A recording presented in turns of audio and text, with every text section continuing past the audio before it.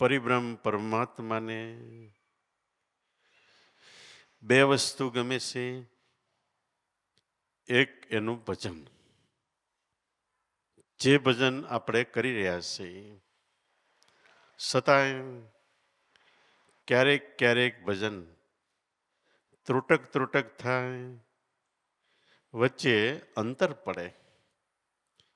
એવું થવાનું કારણ આપણું વર્તમાન અને રહેણી કહેણી હોય છે.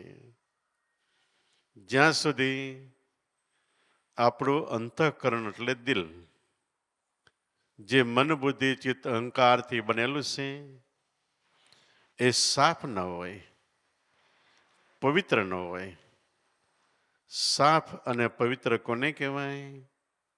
કામ ક્રોધ મોહ લોભ છલ કપટ ભ્રમણા, કે મોહ માયા મમતા નિંદા ટીકા ઈર્ષા વેરભાવ, દગો કૂડ કપટ પ્રપંચ પાખંડ, એવા કોઈ રીપુઓ આપણા અંતઃકરણમાં ન હોય અને જગતની અંદર સમદ્રષ્ટિ હોય કે સર્વ સ્થળે જડ અને ચેતનમાં સર્વત્ર મારા ગુરુ મહારાજ શબ્દ બ્રહ્મ સ્વરૂપે સર્વવ્યાપક છે. એના વગર અણુ માત્ર જગ્યા ખાલી નથી. એની સામે મનુષ્ય તો પૂર્ણ રૂપે પરિબ્રહ્મ પરમાત્મા ભગવાનનું સ્વરૂપ છે. અને તુલસીદાસે પણ કીધું કે સબગટ મારો રામ વસે. દરેકના દેહ મંદિરમાં મારો રામ એટલે આત્મા રામનો વાસ છે. એના વગર કોઈ દેહ મંદિર ખાલી નથી. સબગટ મારો રામ વસે, ખાલી ઘટ નહીં, કોઈ ઘટમાં ભગવાન નથી એવું બનતું નથી. જોકે જીવ પ્રાણી માત્રમાં ભગવાન છે, પણ મનુષ્યની અંદર પ્રગટ 16 વાલને એક રતિપદ પૂર્ણ રૂપે ભગવાન છે. અને જેને ઓળખી અનુભવી શકાય છે. એટલે જગતની અંદર સમ્યક દ્રષ્ટિ થાય તો આપણું ભજન અંતરમાં જામતું હોય છે. ભજન એટલે ભજવું, ભજવું એટલે આરાધના કરવી, પ્રાર્થના કરવી, અર્ચના કરવી. બીજી રીતે કહી તો અંતઃકરણમાં જેનું ભજન કરી છે એની સ્થાપના કરવી. જોકે એનીથી આગળ આપણા મહાપુરુષો કહે છે કે શબ્દ બ્રહ્મનો ઉપદેશ મળ્યો એટલે આપણા અંતઃકરણમાં જેને આપણે આરાધીએ છીએ સદગુરુ પરિબ્રહ્મ પરમાત્માનો સ્થાપના થઈ ચૂકી છે, એનો વાસ છે. ઉપદેશ મળ્યા પછી ક્યારેય આપણે કોઈ જન્મમાં પછી એકલા નથી. આપણા અંતઃકરણની અંદર આપણા સદગુરુ મહારાજ કાયમ માટે સાથે છે. પછી આપણને થાય કે એને ક્યાં ખબર? નહીં. તનકી જાણે મુનકી જાણે, જાણે ચિતડાની ચોરી. એનાથી સુપાઈને ક્યાં જાય? જેના હાથમાં છે આપણા જીવનની દોરી. સર્વત્ર સર્વ પ્રકારે સદગુરુ પરિબ્રહ્મ પરમાત્મા શબ્દ આપ્યા પછી કાયમ માટે આપણી સાથે આપણા અંતરમાં છે. ફક્ત એના તરફ આપણું અંતઃકરણ રાખવાનું છે. અંતરમાં પણ એના તરફ અંતઃકરણ રાખતા ઓટોમેટિક એટલે સહજપણે મિલાય આપણો અને એનો એક તાર થઈ જાય. જ્યારે સદગુરુ અને આપણો એક તાર થાય ત્યારે મહાપુરુષને થયો એને ગાયું કે તાર મેં તાર મિલત હૈ. સદગુરુ પરિબ્રહ્મ પરમાત્મા ભગવાનનું સ્વરૂપ છે. પરિબ્રહ્મ પરમાત્મા સ્વરૂપે એની સાથે મારા દિલનો આત્માનો તાર લાગી ગયો. એને કહેવાય તારમાં એક તાર મિલત હૈ જરમ જરા. ત્યારે આપણા દેહ મંદિરની અંદર જણજણાટ એટલે પ્રેમ વ્યાપી ગયો, ભાવ વ્યાપી ગયો, અને ત્યારે શિખર પર લહેર લાગી. શિખર એટલે ટોચ. ટોચ એટલે મન, બુદ્ધિ, ચિત્ત, અહંકાર એક થઈને સુરતા સ્વરૂપે બન્યા. અને એ સુરતા પણ રખડતી ભટકતી બંધ થઈને ગુરુ વચનમાં વિરામી. શબ્દ ગુરુ વચન નથી મળ્યું ત્યાં સુધી આપણી સુરતા રખડે છે, ભટકે છે. એટલે મહાપુરુષો કે શબ્દ બિન સુરતા આંધળી, કહો ક્યાં જઈને ઠેરાય. દ્વાર ન પામે ગુરુ શબ્દનું, તબ તીન લોક મેં અથડાય. ગુરુ વચન વગર આપણી સુરતા આંધળી છે, અને દેખાતું નથી કે હવે મારે ક્યાં જવું, ક્યાં વિરામ પામવું, ક્યાં રહેવાનું, કયું મારું ઠેકાણું. પણ જ્યારે સદગુરુ શબ્દ મળે ત્યારે એ જ પરિબ્રહ્મ પરમાત્મા એનું અખંડ ઘર છે. એટલે શબ્દ બની સુરતા આંધળી, કહો ક્યાં જઈને ઠેરાય. દ્વાર ન પામે ગુરુ શબ્દનું. હવે શબ્દ મળ્યો પણ એમાં ધ્યાન ન રાખીએ તો એનું દ્વાર, એનું ઠેકાણું, કે માર્ગે આપણે જવાનું છે. એ માર્ગ તો સદગુરુએ બતાવ્યો કે શ્વાસ ઉશ્વાસ ને માર્ગે એમાં જવાનું છે. પણ એમાં ધ્યાન ન આપી તો દ્વાર ન પામે ગુરુ શબ્દનું, તબ તીન લોકમાં અથડાય.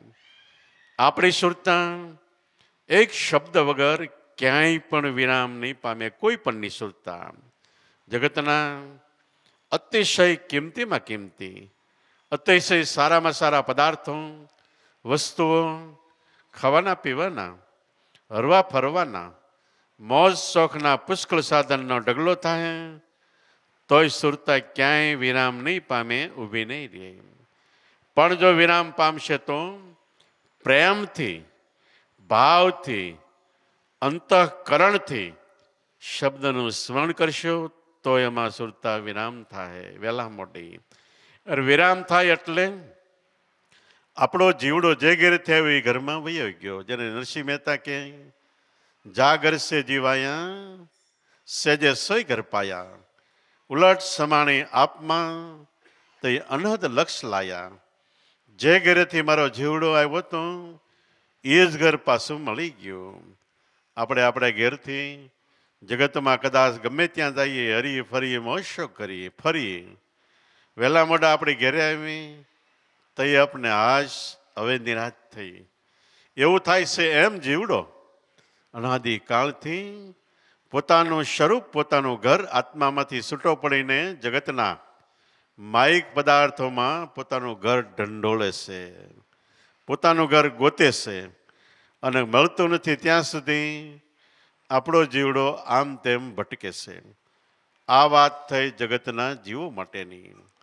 જ્યારે આપણને સદગુરુ પરિબ્રહ્મ પરમાત્માએ એ ઘર બતાવ્યું છે, અને એ ઘરમાં જવાનો માર્ગ શ્વાસોશ્વાસ, એ માર્ગ બતાવ્યો છે, તો આપણા મન, પવન, સુરતી, વ્રતિ જગતમાંથી વાળીને શ્વાસોશ્વાસને માર્ગે ચડાવો.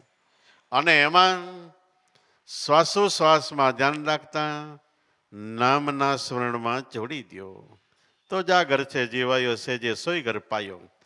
ઉલટ સમાણી આપમાં. આપણું મન જગતમાંથી ઉલટાઈને આપમાં એટલે અંતરમાં આવી ગયું તો એ બીજી રીતે ભગવાન જગતમાં ગોતતા એ પણ ભાવ ઉલટાઈને આપણા અંતરમાં આવી ગયો તો એ અંતરમાં છે ત્યાં એ મળી ગયો. મળી ગયો ત્યારે અનહદ લક્ષ લાયા. હદ નહીં એટલો અપરંપાર પરિબ્રહ્મ પરમાત્માનો મહિમા છે, લક્ષ્ય છે, આનંદ છે, જે કાંઈ કયો સામર્થ્ય છે, સત્તા છે, એ અનંત લક્ષ્ય આપણા અંતઃકરણમાં આવ્યો. તો આવી રીતે જ્યારે આપણું મન ગુરુ શબ્દમાં જાય, એનું સ્મરણ કરશે, ત્યારે જ ખરેખર મનનું ઠેકાણું પડશે.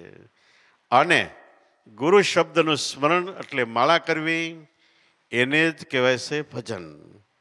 અને આ ભજન ભગવાનને વાલું છે. નામની માળામાં ચિત્ત જોડીશું એટલે આપણો ભગવાન, આપણો આત્મા આપણા ચોથા મહાકાણ દેહમાં છે. આપણે એ તરફ શ્વાસોશ્વાસમાં જેમ જેમ ઊંડા ઉતરશું એમ એમ એ આપણને મળવા માટે સામો આવશે. જેમ મહેમાન આવવાના હોય, આપણે એક બે ડગલા સામા જાય, પણ પરિબ્રહ્મ પરમાત્મા તો કૃષ્ણ ભગવાન કહે છે કે મારા ભક્તો મને મળવા માટે એક ડગલું હાલે તો હું બે ડગલા સામો જાઉં છું. એટલો બધો જીવ પ્રાણી માત્રને એના આત્માને કે ભગવાનને અંતરમાં સમાવવા માટેનો ભાવ છે, પ્રેમ છે. તો આપણે એનાથી થોડાક ઉલટ જઈએ એટલે ભગવાન અને આપણી વચ્ચે થોડું થોડું અંતર એટલે સેટું પડે છે. પણ એ અંતર ભાંગવા માટે શ્વાસોશ્વાસમાં નામનું સ્મરણ, ને એમાં કદાચ મન નો રહે એને માટે સત્સંગ અને અંતઃકરણનો ભાવ પ્રેમ. આ અભ્યાસથી વહેલા મોડું આપણું ભજન સ્થિર થાય અને જે આપણી માંગ છે આપણા જીવડાની, એ માંગ પરિપૂર્ણ રીતે સંતોષાશે. તો ભગવાનને એક વાલું એનું ભજન છે, બીજું વાલું આપણું અંતઃકરણ એટલે મન બુદ્ધિ ચેતન અહંકાર એ ચોખ્ખું હોય એ વાલું છે. કૃષ્ણ ભગવાનનો જન્મ થયો એ વાસુદેવ દેવકી, એટલે એને શાસ્ત્રોમાં ઋતુંભરાય કીધા છે. એમ આપણી અંદર આત્મા સ્વરૂપે કૃષ્ણચંદ્ર એવા ભગવાન પરિબ્રહ્મ પરમાત્મા છે. એનું પ્રગટ પ્રાગટ્ય વાસુદેવ દેવકી જેવા શ્રુતાને શબ્દ સ્વરૂપે છે. એમાંથી આપણું પ્રગટ પ્રાગટ્ય એટલે ભગવાનનો સાક્ષાત્કાર થાય છે. સાક્ષાત્કાર એટલે સાક્ષાત આકાર રૂપે જેવા છે એવા મળે, એનું નામ સાક્ષાત્કાર. જ્યારે આપણું જે પૂજન છે એ શબ્દ મળ્યો એવું ને એવું નથી. શબ્દનું પૂજન એટલે એનું સ્મરણ કરો તો શબ્દનું સ્વરૂપ છે એક નાદ બ્રહ્મ રૂપે છે. પૂજામાં ઊંડા ઉતરો, અંતરમાંથી નાદ એટલે આકાશી અવાજ, ગેબી અવાજ કયો પોતાના સ્વરૂપમાંથી મેળાએ પ્રગટ થતો અનહદ નાદ કયો એ પ્રગટે. બીજો આનંદ પ્રગટે. જે આનંદ જગતના પદાર્થો, જગતની વસ્તુ ભોગવવાથી મળે એ પદાર્થનો આનંદ છે. જ્યારે સ્વરૂપનો આનંદ કોઈ વસ્તુ ભોગવા વગર સ્વરૂપથી નજીક જાઓ એટલે ગુરુ વચનથી નજીક જાઓ તેમાં એનો આનંદ એ પણ પ્રગટે. સાક્ષાત્કાર થાય. સાક્ષાત રૂપે જેવા ભગવાન છે એવો આપણને અનુભવ થાય. પહેલા તો સાક્ષાત્કાર એટલે સદગુરુ મળ્યા. બાપાની છેલ્લી અવસ્થામાં છેલ્લે દિવસે એક ભાઈએ પૂછ્યું, બાપા સાક્ષાત્કાર એટલે શું? બાપા કે અત્યારે હું સત્સંગ કરું છું અને તમને ભાવ પ્રેમ સત્સંગમાં જામે, તમારા પ્રશ્નનું સમાધાન થાય, તમારું અંતઃકરણ હા પાડે અને તમને મારામાં સંત કે ભગવાન ભાવ નક્કી થઈ, પહેલો સાક્ષાત્કાર છે. અને એથી આગળ પછી તમને એમ થાય કે આ વસ્તુ મારે જે વાત થાય છે, સત્સંગ થાય છે, મારે માટે ગ્રહણ કરવા યોગ્ય છે, મારે આ વસ્તુ ગ્રહણ કરવી જોઈએ અને આમાંથી જે લાભ મળે એ લાભ પ્રાપ્ત કરવો જોઈએ. એમ કરીને શરણે નમો અને શબ્દ બ્રહ્મ એટલે ગુરુ વચનની માગણી કરો. જે વચન શબ્દ લઈને જગતની અંદર આદિ અનાદિથી અનંત અપાર મહાપુરુષો થયા છે. દેવી દેવતા, સંતો, પીર, ઓલિયા, ફકીર જે કાંઈ થયા, છેલ્લે અવતારી પુરુષો કે એ પણ બધાએ જે ભજન કરીને પાર પડ્યા એ શબ્દ બ્રહ્મ ગુરુ વચનનું ભજન. શબ્દ પોતે બ્રહ્મ એટલે પરમાત્મા છે. અનેક શબ્દો બોલી છે, એ શબ્દો ઘડાયેલા છે. સદગુરુએ જે શબ્દ આપ્યો એ અનઘડ છે, કોઈ ઘડેલ નથી, સ્વયંભૂ આપોઆપ છે. બીજા બધા શબ્દો પૃથ્વી બની, જીવ સૃષ્ટિ બની, માણસ બન્યો તીકડે માણસ બોલતા શીખ્યો, એમાંથી શબ્દની રચના થાય. પણ સદગુરુએ આપ્યું એ શબ્દ તો જીવ સૃષ્ટિના દરેકની અંદર ઓટોમેટિક છે, મેળાય છે. બારે છે, અંદરે છે, અંદર બાર એક તાર છે. આ શબ્દ ક્યારથી પ્રગટ્યો કોઈ કહી ન શકે. એટલે એ અખંડ છે, નિર્ભય સ્થાન છે. આ શબ્દ બ્રહ્મ સ્વરૂપે પરિબ્રહ્મ પરમાત્મા સ્વરૂપે સદગુરુ પાસે માગણી કરું અને સદગુરુ કૃપા દ્રષ્ટિ કરીને આપે. એ શબ્દ મળ્યો એ સાક્ષાત્કાર છે. શબ્દ એ જ આપણો પોતાનો આત્મા છે. તો આપણને એમ થાય કે એમ કેમ, પણ એની સામે થોડીક વાંધો છે કે શબ્દની અંદર આપણે અંતરમાં એક વાર ખોવાઈ જાય ત્યારે શબ્દ પોતે આપણો આત્મા છે. આત્મા સાક્ષાત કહેશે. દાદાશ્રી એક વાણીમાં કીધું કે આત્મા સાક્ષાત્કાર તેને જ કહીએ જેને આ ઉપદેશ મળ્યો એને કહેવાય. તો એ આત્મા સાક્ષાત્કાર છે. અને જે જીવડો કરોડો જન્મથી ઝંખતો હતો એ વસ્તુ મળી ગઈ. અને એમાં જેટલું ધ્યાન આપો, તમે સ્મરણથી ધ્યાન આપો, સદગુરુની સેવાથી ધ્યાન આપો, એનો સત્સંગ કરો, એટલો આપણી પાત્રતા યોગ્યતા અંતરની વધશે. જેટલી વધે એટલો આપણે અંતરમાં અનુભવ પણ વધતો જાય. નાદ બ્રહ્મનો, આનંદ બ્રહ્મનો, પ્રેમ ભાવનો કેટલાય અનુભવો પછી તો અપરંપાર છે. જેમ સમુદ્રનું પાણીની પાર નથી એમ અંતરના અનુભવનો પણ કોઈ પાર નથી. જેટલી આપણે યોગ્યતા પાત્રતા એટલું આપણે અનુભવ હાણી માણી શકીએ. જેમ આપણે બજારમાં જઈ અને હીરા માણેકની જવરાતની દુકાનમાં જઈ તો અહીં આદર સત્કાર હોય, ગાદી તકિયા હોય, એર કન્ડિશન હોય, જાય એટલે પાણી ચા પાણી. પણ એમાં જઈ કોણ શકે? જેનું ખિસ્સું હાંફતું હોય. મિલકત પૈસા હોય એ જઈ શકે.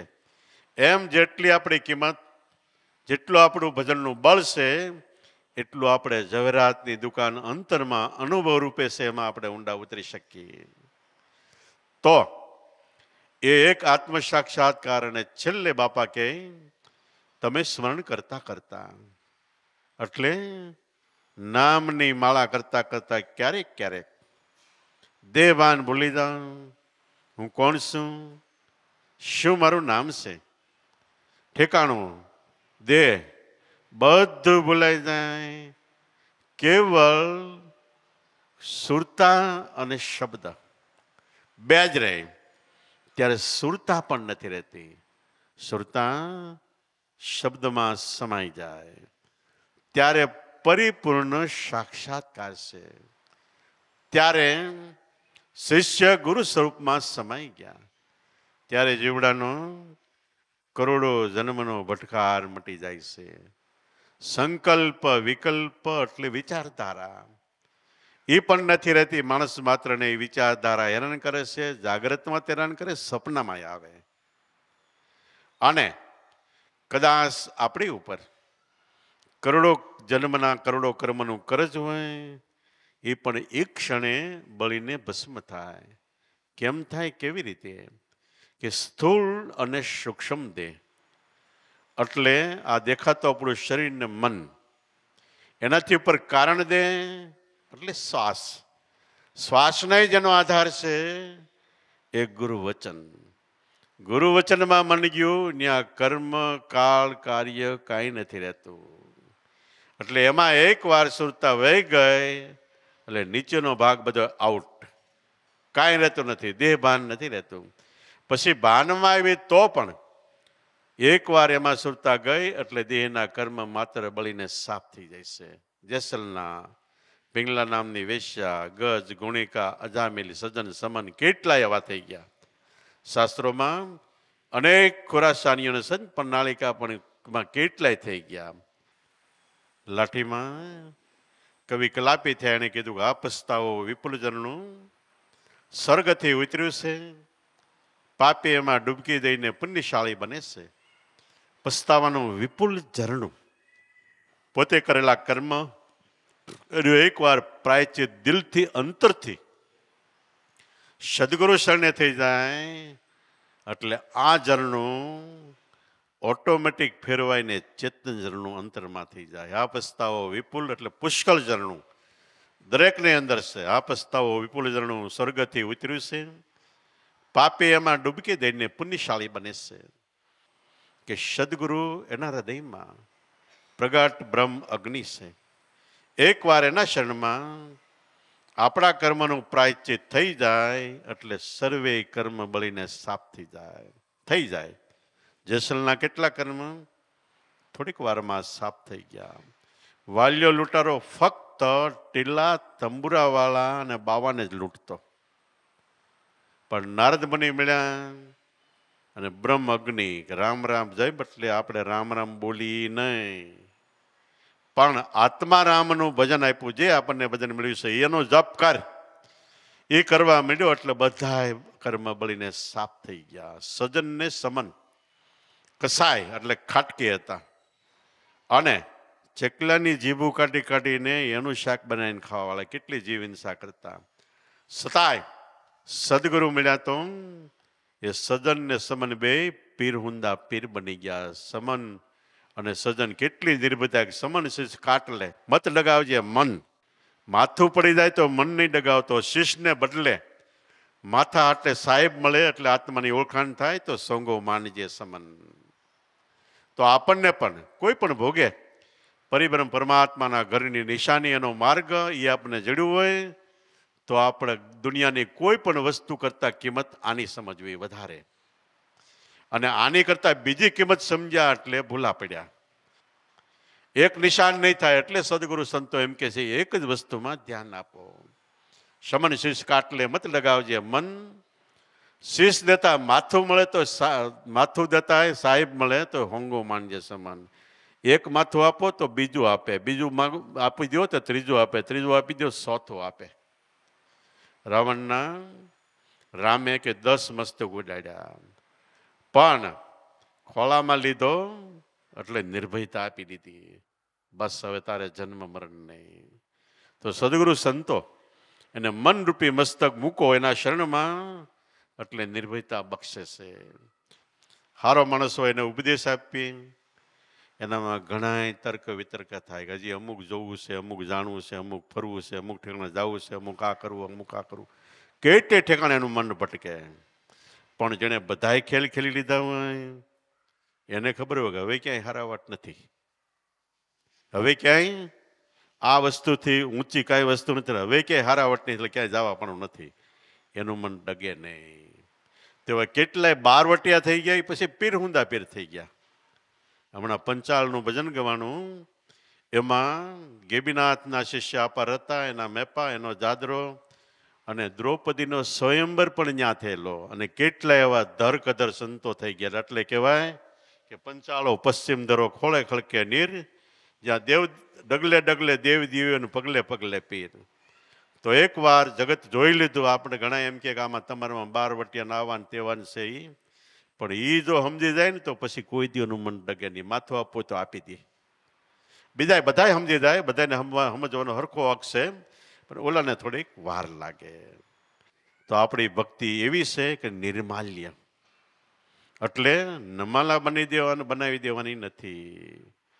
ભગવાનને ઓળખવાની નહીં, પણ તમારો આત્મા એ ભગવાન છે, એ સ્વરૂપ એટલે તમારે ભગવાન રૂપે બનવું. ભગવાન હું છું આપણા શબ્દનો અર્થ પણ એ છે. એવી ભક્તિ સર્વોપરી છે. એટલે આને શહેનશાહી બાદશાહી ભક્તિ કહેવાય છે. અને ગીતામાં કૃષ્ણ ભગવાને આપણે આ ભક્તિને સહજ એટલે મેળે થતી રાજયોગ કીધો. રાજા રજવાડા જે યોગ સાથે જે જીવન જીવે એવું જીવન જીવતા જાઓ અને ભક્તિ કરતા જાઓ. પણ ક્યારે? આપણું મન ગુરુ શરણમાં રહે ત્યારે. તો ખાવ પીઓ, હરો ફરો, મોજ શોખ કરો, કોઈ વસ્તુની મનાઈ નથી. પણ ગમે ત્યાં તમે હો, ગમે ક્ષેત્રમાં, ગમે ઠેકાણે, પણ મન ગુરુ મહારાજની યાદીમાં અને નામના સ્મરણમાં રાખો તો તમને જગતના કોઈ બંધનો નડી શકતા નથી. અને કદાચ તમે કરોડો અબજો રૂપિયાનું દાન કરો પણ આ નામ નથી તો એ દાનનું પુણ્ય મળશે, સારો અવતાર મળશે, પણ એ અવતારમાં સારા કર્મ નહીં થાય એટલે ફરીવાર 84માં જવું પડશે. એટલે આપણામાં કહેવાય છે કે તપેશ્વરી એ રાજેશ્વરી નરકેશ્વરી. તપ કરો તો રાજના જેવું સુખ મળશે અને રાજના જેવું સુખ મળશે એટલે હરખાને હાલે ઊંધેમાંથી હાલશે. અને રાજેશ્વરી નરકેશ્વરી બીજી વખતે નરકમાં જાય છે. એટલે પરિબ્રહ્મ પરમાત્માને અરજ કરો કે કાયમ માટે અમે સામાન્ય પામર જીવડા છીએ. અમારી કદાચ ભૂલ ચૂક થાય, અમારો કદાચ માર્ગ ચાતરી જાય, અમારી ગાડી પાટાથી હેઠી ઉતરી જાય, પણ તમે ધ્યાન રાખજો. અમને ફેરફાર ન થાય અમારા જીવનમાં એવો ખ્યાલ રાખજો. તન મન ધનથી સલન, મન વચન કર્મથી પ્રાણી છે. આ ભાવથી ભક્તિ કરે તો હૃદય ચોખ્ખું રહે, ભગવાનને ગમતી વસ્તુ અને ભજન પણ આપણું થાય. બે વસ્તુ ભગવાનને ગમે છે, આપણું હૃદય ચોખ્ખું અને એનું ભજન. ભગવાનને આ બે વસ્તુ ગમે છે. આ વસ્તુ થાય એટલે આપણે બેડો પાર થઈ જાય છે. આપણા જીવનને ધન્યવાદ છે. બોલો સતગુરુદેવની. પોપટરામ બાપા, દુધેશ્વર માતની, લાવેશ્વર નાથની, ઉગમેશ્વર નાથની, ઈર્ષાગર ભગવાનની, સતગુરુદેવની જય.